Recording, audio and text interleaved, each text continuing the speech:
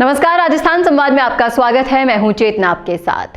राजस्थान में राहुल गांधी की भारत जोड़ो यात्रा के प्रवेश से पहले गहलोत सरकार के मंत्रियों को जनता की नाराजगी का सामना करना पड़ रहा है।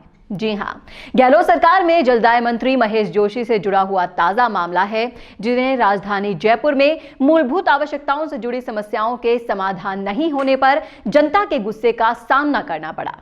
जानकारी के मुताबिक जयपुर के हवा महल विधानसभा क्षेत्र से विधायक जोशी जब भट्टा बस्ती इलाके में गए तो वहां की जनता उनके विरोध में उतर आई और जमकर नारेबाजी करने लगी। इस दौरान स्थानीय लोगों ने मंत्री महेश जोशी को काले झंडे तक भी दिखा दिए और मुर्दाबाद के नारे लगाए।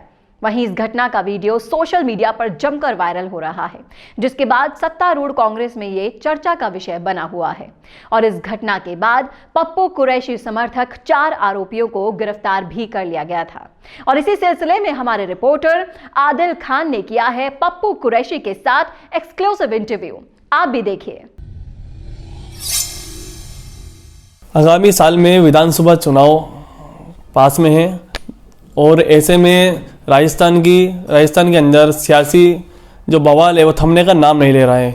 बात करते हैं सरकार की, तो सरकार के अंदर मंत्री और विधायक के बीच में जो खींचतान है वो बढ़ती हुई नज़र आ रही है, थमने का नाम नहीं ले रही है। अभी हाल ही में बात करते हैं तो अब जनता की बात करें तो जनता ने भी मान्यों के खिलाफ मोर्चा खोलना चालू कर दिया है।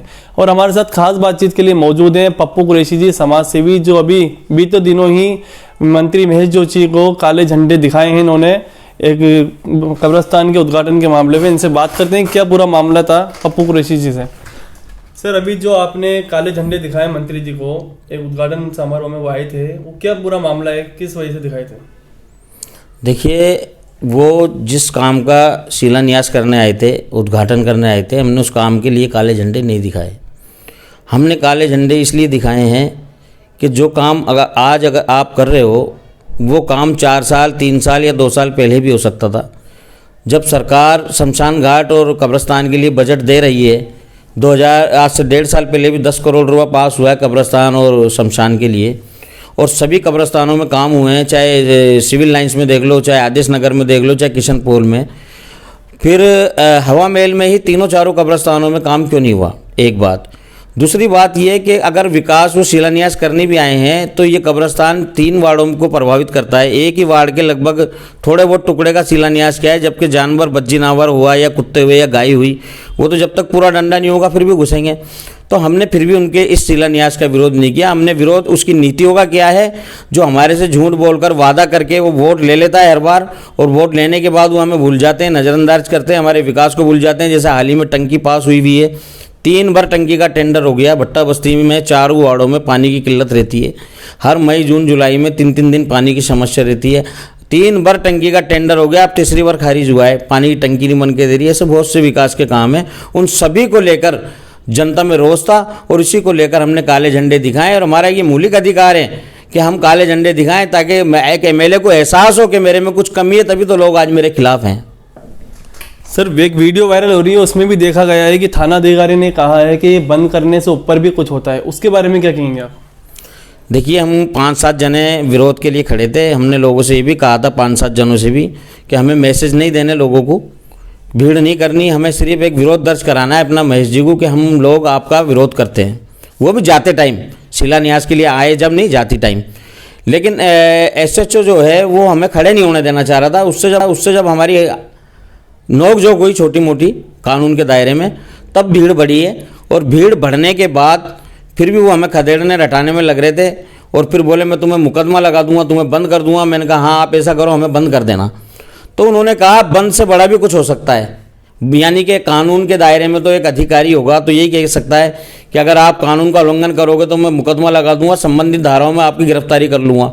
लेकिन उन्होंने गिरफ्तारी से ऊपर भी कुछ बताया, वो मेरे भी समझ में नहीं आ रहा। एनकाउंटर करना था या मेरे को जान से मारना था या कोई मेरे पे अलग से कुछ करना था कार्रवाई, वो मैं भी नहीं समझ पाया। अभी आप दोनों के बीच में, मंत्री जी के और आपके बीच में देखा जाता है खींचतान कुछ ज़्यादा हो रही है, तो ये महेश जोशी जी को आपने 2018 विधानसभा चुनाव के अंदर समर्थन क्यों दिया था फिर? देखिए, महेश जोशी जी को 2018 में समर्थन जो दिया था, बहुत अच्छा सवाल आपने पूछा है। देखो, मैं तो इसकी नीति से तो वाकिफ पहले से भी था, और मैं ही नहीं, हमारी कॉलोनी के लोग सभी खिलाफ थे कि महेश जोशी को अगर टिकट मिलता है तो हम महेश जोशी को वोट नहीं देंगे बल्कि उसका बहिष्कार करेंगे। लेकिन क्या होता है ना, हमारे समाज के कुछ ऐसे लोग होते हैं कि पहले से जाके गोदी में बैठ जाते हैं। वो देखते हैं कि टिकट मिल गया भाई साहब को, हम पहले से गोदी में जाके बैठ जाएंगे तो हम खास हो जाएंगे। फिर वो लोग हमारे समाज के भोले भाले जो जिम्मेदार लोग होते हैं, उन लोगों को, मदरसे के जिम्मेदार, मस्जिद के जिम्मेदार, समाज के जिम्मेदार लोगों को, उनको बिठा के सेट करते हैं, पटाते हैं। और फिर उनको पटा करके मुझ पे दबाव डाला गया कि महेश जी से भाई कर लो, जबकि महेश जी मेरे कहने टिकट मिलते ही सीधे आए थे। लेकिन मैंने उनसे कोई बात करना पसंद नहीं करा रात कुछ दिन।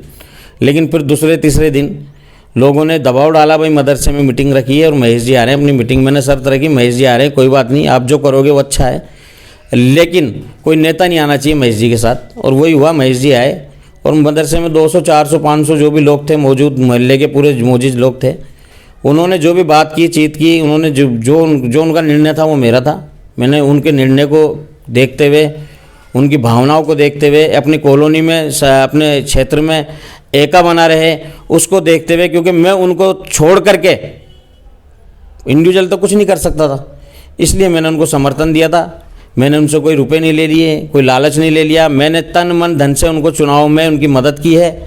मैंने जेब से पैसा भी खर्च किया है और पसीना बहाया है। मैंने नहीं, मेरे सभी लोगों ने महल्ले के साथ मिलकर उसको जिताया है।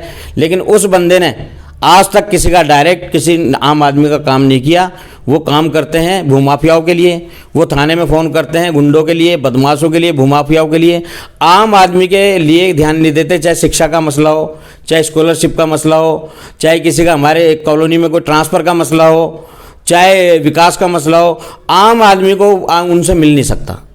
सर, अभी आपने इंदिरा रसोई की जगह जब समर्थन में आपने दे दिया था, वो आपके साथ थे, तो आपने बिस्मिल्लाह रसोई क्यों चालू करी थी? देखिए, बिस्मिल्लाह रसोई की भी एक अलग कहानी है। पहले लॉकडाउन लगा 2020 में, तो शुरू में 10 से 15 दिन तक हम लोगों ने, 10-20 लोगों ने करीब 10-15 लाख रुपया, 10 लाख रुपये इकट्ठा करके और राशन बांटा हमने। 10 लाख रुपये इकट्ठा करके हमने राशन बांटा। उसके बाद करीब 10-12 दिन बीत जाने के बाद माननीय महेश जोशी जी से हमने संपर्क करा कि भाई साहब 10-12 दिन हो गए, जो व्यक्ति 400-300 रुपये कमाने वाला है, उस व्यक्ति का ना अब इतनी हिम्मत नहीं है कि वो कहीं से राशन ला के खा सके, क्योंकि उसका धंधा बंद पड़ा हुआ है, उसका काम बंद पड़ा हुआ है। तो भाई साहब अब आप राशन की तैयारी करो। तो भाई साहब ने क्या करा, राशन पे ध्यान दिया। 2-4 दिन 8 दिन और निकलने के बाद, यानी कि लॉकडाउन को जब 16-17 दिन हो गए, तब एक राशन का ट्रक आके खड़ा हुआ इंदिरा, ये थाने वाले रोड पे भट्टा बस्ती में इंदिरा गांधी भवन है, उसमें एक 5,000 या 6,000 आटे के कट्टे का ट्रक उतरा। आटे का ट्रक उतरा और तय हुआ कि भाई रजाक भाटी साहब, अयूब भाई और रशीद भाई और पप्पू भाई चारों मिलके इसको बांटना। लेकिन होता क्या है, हम तो वहाँ से मीटिंग पे से आते भी नहीं है राशन बांटने, उससे पहले उसका ताला खोल के लूटामारी शुरू हो जाती है। वहाँ पुलिस आती है मौके पे, जनता पे लाठीचार्ज होता है, उसके बाद ताला वापस लग जाता है। उसी दिन रात में फिर उस राशन की चोरी होती है, जिसका वीडियो वायरल होता है। इन चीज़ों का मैं विरोध करता हूँ तो मैं बुरा हूँ। खैर कोई बात नहीं, फिर धीरे धीरे बाद में महेश जी ने छोटा मोटा राशन का बंदोबस्त हमें किया अलग, मगर ऊँट के मुँह में जीरा जैसे। हमें दुख इस बात का है कि हमें उस लॉकडाउन में हमारे हाथों में लोग मरे हैं। ऑक्सीजन का बंदोबस्त महेश जी ने नहीं कराया, मेडिकल का बंदोबस्त महेश जी ने नहीं कराया। यहाँ तक कि हम जब उनसे मिलने जाते तो घर के 6 फुट रस्सी बांध दी गई, और दूसरे एरियो में और हमारे हिंदू भाई के एरियो में जाकर के महेश जी ने पूरी तल के अपने हाथों से खिलाई लोगों को। तो ये सोतेला व्यवहार जो उनका है ना, ऐसे धीरे धीरे फिर उनका से दूरी बनी। और उसके बाद इंदिरा रसोई दूसरे लॉकडाउन में खोली, क्योंकि भाई साहब को हम कह चुके थे, लेकिन उनका मानना ये यार हर चीज़ में आप पहले क्यों बोलते हो। तो हमने सोचा इनकी जी करने से बेहतर ये अपन समाज के लोगों को जगा करके रसोई खोले। हमने बिस्मिल्लाह रसोई ये सोचकर खोली। अल्हम्दुलिल्लाह लोगों का उसमें सहयोग रहा और 2,500 से 3,000 आदमी का गरीब परिवार का वहाँ डेली सुबह शाम पेट भरा। सर, अभी बात करते हैं, जैसे आपस में जब राजनीति होती है तो टिकट नहीं भी मिलता है तो आपसी जो व्यवहार है वो खराब भी होते हैं।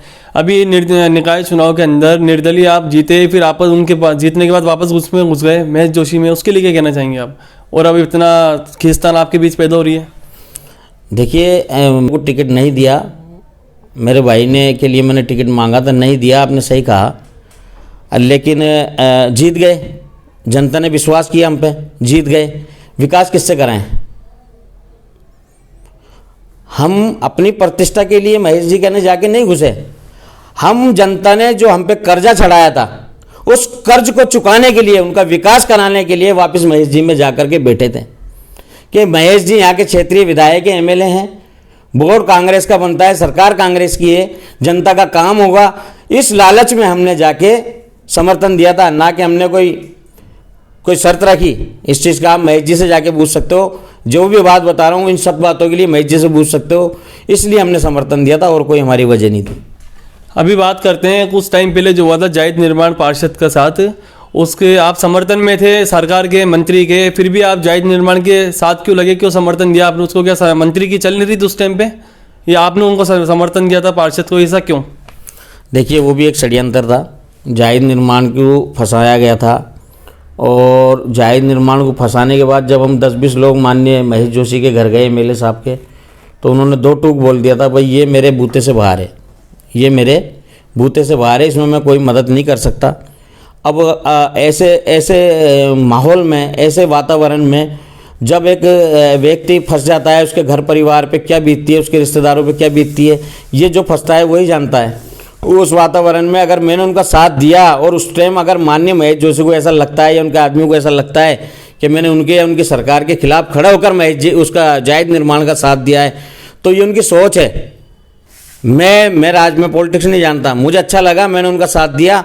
और ये बात सही है, महेश जोशी जी के खिलाफ खड़े होकर के मैंने जायद निर्माण का साथ दिया है। और कल फिर किसी के साथ गलत होगा, चाहे महेश जी के खिलाफ हो आदमी या पक्ष में हो, कोई भी हो, किसी के साथ गलत होगा, मैं उसकी मदद कर सकता हूं तो करूंगा। मानबाग जमीन प्रकरण को लेके लोगों का कहना है कि आप महेश जोशी की आड़ में वहाँ फ़ायदा उठाते हैं, वहाँ की ज़मीनों का लाभ लेते हैं। देखिए, मानबाग ज़मीन का मैंने बारीकी से लाइव भी बनाया था, मीटिंग में भी कहा था कि मानबाग ज़मीन का मेरा मैटर ही नहीं था। मुफ्ती अहमद हसन साहब के पोते हैं अभान, उनके बेटे सईद साहब, उनकी ज़मीन थी मेरे पास। तो वो मदद के लिए फ़ोन किया था कि भाई महेश जी का नाम लेके कुछ लोग हमें डरा रहे हैं, धमका रहे हैं, हमारी ज़मीन हड़पना चाह रहे हैं। तो मैंने तो माननीय महेश जोशी जी को उनका एक मैसेज दिया था जाकर के, अपना नाम आ रहा है कि वहाँ भूमाफियाओं से मिल करके इस ज़मीन को छीना जा रहा है, कम रेटों में हड़पी जा रही है, 50,000 की 40,000 की ज़मीन भाव की 10,000 8,000 में छीनी जा रही है। तो भाई साहब ने कहा कि हाँ आप मैं इसमें मदद करूँगा, लेकिन भाई साहब ने मदद तो करना बहुत दूर की बात है, उस आदमी के पाले में गेंद डाल दी जो खुद मुझे उन भूमाफियाओं से मेरा सौदा कराने बैठ गया। तब ये लड़ाई हमें भाई साहब ने भरोसे में रखा और वहाँ ज़मीन पर डंडा हो गया, जबकि सरकार किसकी है, पुलिस किसकी है। फिर हमें न्याय मिलने की बजाय डंडा कैसे हो गया, जबकि हमें बाद में पता लगा पहले से ही वहाँ तो पुलिस वेरी जांच में वो ज़मीन क्लियर हो चुकी थी कि भाई सोसाइटी सही है और ये जितने भी पट्टेदारी हैं वो सही हैं। इसी को लेकर महेश जी के मेरे विवाद हुआ था शुरू में, और अब आज की तारीख में वो ज़मीन क्लियर भी है लगभग 90%। पुलिस जांच भी आज देखोगे तो आप ज़मीन सब पट्टेदारियों के पक्ष में है, और जेडीए में जाओगे तो भी यही है, और कोर्ट में भी आज उनका जवाब नहीं है जवाब देने के लिए। तो कुल मिला के बात यह है कि मेरे को ये पता नहीं था कि महेश जी इतने मतलब एक नैतिकता नेता हैं, ये तो मैं जानता था, मगर उनके विचार ऐसे भी हैं, इस तरीके से भी रुपया कमा सकते हैं कि जो लोग उनको वोट दे करके जिता रहे हैं, कुर्सी पे बिठा रहे हैं, उन्हीं लोगों के साथ विश्वासघात, उन्हीं की ज़मीन 50,000 रुपये के गज की कीमती ज़मीन आपके ही टीम के लोगों से मिल करके 40,000 50,000 में खरीद उड़वा रहे हैं। अब लोग ये कहते हैं कि साहब क्यों बेचते हैं वो, अरे बेचे नहीं तो क्या करें, आपके तो नामांतरण उनके नाम खुल गया, पुलिस में जाते हैं एफआईआर दर्ज नहीं होती, पुलिस उन्हीं को डराती धमकाती है, कहते हैं तुम्हारी ज़मीन हाथ से चली जाएगी। तो आदमी गरीब आदमी की पहुँच कहाँ तक होती है, लास्ट एक एमएलए तक होती है। जब एमएलए साथ नहीं देगा तो कोई भी छीन सकता है। अगर मैंने उनका साथ देकर खड़े होकर के वहाँ अगर गुनाह किया है तो मेरा ये गुनाह है। उसके बाद मुफ्ती साहब खुद बोला बेटा हम ये लड़ाई कहाँ तक लड़ेंगे, हम अल्लाह वाले लोग हैं, हम नमाज परहेजी लोग हैं, हमें टेम खाएं भाग दौड़ का, आप पावर ऑटोनी ले लो, आप भाग दौड़ कर लेना। उन्होंने मुझे पावर ऑटोनी दी, मैंने इस पूरी लड़ाई लड़ी, और फिर उसके बाद उन्होंने मुझे ये कहा बेटा ये ज़मीन तू ही रख ले। उन्होंने मुझे एग्रीमेंट भी कर दिया, लिखत भी दे दी, आज वो ज़मीन मेरी है। और मैं ये थोड़ी कहता हूँ कि मैं आवेद वो ज़मीन आवेद है तो मुझे मिले, मैं कोर्ट से ले रहा हूँ भाई। पहले महेश जी का इसलिए गया था कि वो हमारे साथ न्याय करेंगे, मुफ्ती साहब के साथ न्याय करेंगे, उनके परिवार के साथ न्याय करेंगे, क्योंकि वो हमारे जनप्रतिनिधि हैं, पावर में सरकार में, वो अन्याय नहीं होने देंगे। लेकिन वहाँ से हम न्याय से वंचित रहे, हम न्यायालय में चले गए, और आज न्यायालय में 99% हमारे पक्ष में फैसला, बहुत जल्द इसका निर्णय होने वाला है। सर आपका एक चीज़ आपका कहना है करबला मामले के अंदर जो हुआ था उसमें महेश जोशी के कहने पर एसीबी ने आपसे बदसलूकी की। देखिए मेरी बात सुनिए, करबला ज़मीन किसकी? वक्फ बोर्ड की। जी। करबला ज़मीन वक्फ बोर्ड की, ठीक है। हर चीज़ की एक सीमा और एक दायरा होता है। महेश जोशी कौन? एमएलए साहब। और जेडीए में जाओगे तो भी यही है, और कोर्ट में भी आज उनका ने जवाब नहीं है जवाब देने के लिए। तो कुल मिला के बात यह है कि मेरे को ये पता नहीं था कि महेश जी इतने मतलब एक नैतिकता नेता हैं, ये तो मैं जानता था, मगर उनके विचार ऐसे भी हैं, इस तरीके से भी रुपया कमा सकते हैं कि जो लोग उनको वोट दे करके जिता रहे हैं, कुर्सी पे बिठा रहे हैं, उन्हीं लोगों के साथ विश्वासघात, उन्हीं की ज़मीन 50,000 रुपये के गज की कीमती ज़मीन आपके ही टीम के लोगों से मिल करके 40,000 50,000 में खरीद उड़वा रहे हैं। अब लोग ये कहते हैं कि साहब क्यों बेचते हैं वो? अरे बेचे नहीं तो क्या करें? आपके तो नामांतरण उनके नाम खुल गया, पुलिस में जाते हैं, एफआईआर दर्ज नहीं होती, पुलिस उन्हीं को डराती धमकाती है, कहते हैं तुम्हारी ज़मीन हाथ से चली जाएगी। तो आदमी, गरीब आदमी की पहुँच कहाँ तक होती है? लास्ट एक एमएलए तक होती है। जब एमएलए साथ नहीं देगा तो कोई भी छीन सकता है। अगर मैंने उनका साथ देकर खड़े होकर के वहाँ अगर गुनाह किया है तो मेरा ये गुनाह है। उसके बाद मुफ्ती साहब खुद बोला बेटा हम ये लड़ाई कहाँ तक लड़ेंगे, हम अल्लाह वाले लोग हैं, हम नमाज परहेजी लोग हैं, हमें टेम खाएं भाग दौड़ का, आप पावर ऑटोनी ले लो, आप भाग दौड़ कर लेना। उन्होंने मुझे पावर ऑटोनी दी, मैंने इस पूरी लड़ाई लड़ी, और फिर उसके बाद उन्होंने मुझे ये कहा बेटा ये ज़मीन तू ही रख ले। उन्होंने मुझे एग्रीमेंट भी कर दिया, लिखत भी दे दी, आज वो ज़मीन मेरी है। और मैं ये थोड़ी कहता हूँ कि मैं आवेद, वो ज़मीन आवेद है तो मुझे मिले, मैं कोर्ट से ले रहा हूँ भाई। पहले महेश जी का ने इसलिए गया था कि वो हमारे साथ न्याय करेंगे, मुफ्ती साहब के साथ न्याय करेंगे, उनके परिवार के साथ न्याय करेंगे, क्योंकि वो हमारे जनप्रतिनिधि हैं, पावर में, सरकार में, वो अन्याय नहीं होने देंगे। लेकिन वहाँ से हम न्याय से वंचित रहे, हम न्यायालय में चले गए, और आज न्यायालय में 99% हमारे पक्ष में फैसला, बहुत जल्द इसका निर्णय होने वाला है। सर आपका एक चीज़ आपका कहना है करबला मामले के अंदर जो हुआ था उसमें महेश जोशी के कहने पर एसीबी ने आपसे बदसलूकी की। देखिए मेरी बात सुनिए, करबला ज़मीन किसकी? वक्फ बोर्ड की। जी। करबला ज़मीन वक्फ बोर्ड की, ठीक है। हर चीज़ की एक सीमा और एक दायरा होता है। महेश जोशी कौन? एमएलए साहब। एमएलए साहब को या उनके पुत्र को मैच कराना था तो वक्फ बोर्ड से अनुमति लेनी पड़ती है, वो भी पिच करवाने के लिए। जब वक्फ बोर्ड ने खुद ने पत्र लिखकर कमिश्नर पुलिस संबंधित एसपी को, अधिकारी को ये कहा है कि करबला में जो क्रिकेट पिच बनाया जा रहा है और जो क्रिकेट मैच हो रहा है वो अनलीगल है, उसे रोका जाए। उसके बावजूद भी उसको रोकने की बजाय नैतिकता के नाम से जानने वाले महेश जोशी जी पूरी पुलिस प्रशासन का सहारा लेकर के पुलिस प्रशासन को छावनी बना करके वहाँ क्रिकेट मैच कराते हैं। तो भाई साहब हमें तो बुरा लगा और हमने उसका विरोध किया। विरोध करना हमारा गुनाह नहीं था, हमारा अधिकार था। जैसे परसों किया, 4 दिन पहले किया, ऐसे ही वहाँ भी विरोध किया था। दूसरे दिन मैं चैनपुरा जा रहा था, मेरा काम है, डेली करबला होके जाता था मैं। वहाँ जुम्मे के दिन नमाज पढ़ के निकले, एसीपी ने मुझे चाय के लिए फोर्स करा। चाय पीने एसीपी के साथ जब रूम में गए तो उसने वहाँ मेरे से 3rd डिग्री इस्तेमाल करी। तू इतना बड़ा दादा है, वो इतना बड़ा नेता है क्या? किससे भिड़ रहा है? किस पावरफुल आदमी जानता नहीं है क्या तू? और तेरी औकात ये वो है। मैं भी उससे भिड़ा। तो ये सारी चीज़ एक तानाशाही है कि ब्रिटिश जो हुकूमत हुआ करती थी, अंग्रेजी हुकूमत, कि अंग्रेजों के सामने जो खड़ा होगा, जो बोलेगा, उसको मुकदमे लगाए जाएंगे, बंद करा जाएगा, मारा जाएगा, पीटा जाएगा। वो पूरा का पूरा रवैया माननीय महेश जोशी जी ने लिया हुआ इस टाइम। अभी ये कुछ आगामी दिनों के अंदर जो विधानसभा चुनाव आ रहे हैं उसके लिए क्या आपकी रणनीति रहेगी? देखिए, अगर कांग्रेस पार्टी, हम तो मांग करेंगे, हमारी लड़ाई पहले ये रहेगी कि इस सीट को माइनॉरिटी करे, क्योंकि 1,10,000 15,000 वोट हैं माइनॉरिटी के। हमारी मांग रहेगी कि कांग्रेस सरकार इस सीट को माइनॉरिटी करे, अच्छे आदमी को टिकट दे। 1% माइनॉरिटी नहीं भी होती है तो कांग्रेस अच्छे आदमी को टिकट दे, चाहे किसी भी समुदाय का हो, किसी भी जाति का हो, हम उसको समर्थन करेंगे, अच्छा आदमी होगा तो। अन्यथा हम कोई दूसरा रास्ता देखेंगे। ये हमारी रणनीति है। आपका भी कोई विचार है क्या दोबारा चुनाव में आने का? बिल्कुल। अगर किसी भ्रष्टाचारी आदमी को टिकट मिलता है तो हम उसको जीतने नहीं देंगे, चाहे उसके लिए हमें चुनाव लड़ना पड़े, हम उसको जीतने नहीं देंगे। पार्टी आपको टिकट तो देगी नहीं, देखो, और आपको निर्दलीय लड़ना पड़ेगा। पार्टी का निर्णय है, पार्टी टिकट मुझे नहीं दे, किसी अच्छे आदमी को तो दे। भाई मैं क्या कह रहा हूँ, मेरे को चुनाव लड़ूं या मैं एमएलए बनूं, मेरा ऐसा कोई सपना नहीं है। क्या आपके भट्टा बस्ती की अगर अपन बात करें, इस आहोमेल विधानसभा की बात करें, तो क्या समर्थन है आपको जनता की तरफ से? जनता आपको समर्थन देती है, नहीं देती है? आप हक की आवाज़ भी उठाते हैं जो आपकी दबा दी जाती है? देखिए, जनता को तो इस तरीके से पीस के रख दिया कि जनता बेचारी खुल के बोल नहीं सकती। 100 में से 1 आदमी खुल के बोलता है। जनता तो वोट डालती टाइम पेटी में जवाब देती है। जनता के मन में क्या है, दिल में क्या है, मैं क्या बता सकता हूँ। मगर मैं ये दावे से कह सकता हूँ कि आज की तारीख में हवा महल कॉन्स्टिट्यूंसी की जनता 99% महेश जोशी को नहीं चाहती। जैसा कि आपने देखा भी, हमारी बात हुई समाज सेवी पप्पू कुरैशी जी से। उनका कहना था कि हम जब हक की आवाज़ को उठाते हैं तो मंत्री जी द्वारा उनको दबा दी जाती है या पुलिस प्रशासन द्वारा उनके ऊपर दबाव बनाया जाता है, बदसलूकी करी जाती है। और बात करें आगामी विधानसभा चुनाव की, तो अगर कोई अच्छा कैंडिडेट पार्टी खड़ी करती है तो ये उनका समर्थन करेंगे, अगर नहीं करती तो उनके खिलाफ निर्दलीय चुनाव लड़ेंगे और सीट को विजय बनाएंगे। कैमरा पर्सन अजहर के साथ आदिल खान, राजस्थान संवाद के लिए जयपुर। तो कैसे लगी आपको ये रिपोर्ट, कमेंट करके जरूर बताइएगा कमेंट बॉक्स में। साथ ही ऐसी ही और रिपोर्ट्स और अपडेट्स के लिए देखना ना भूलेगा राजस्थान संवाद। नमस्कार। हेलो इन्वेस्टर्स, क्या आप भी शेयर बाजार से जुड़ी समस्याओं से जूझ रहे हैं और इसका समाधान चाहते हैं? तो इन प्रॉब्लम्स के सॉल्यूशन के लिए आ चुका है शेयर क्लेम दोस्त। तो इन्वेस्टर्स, हम आपके लिए लेकर आए हैं शेयर बाजार से जुड़ी सभी समस्याओं का समाधान, वो भी एक ही छत के नीचे।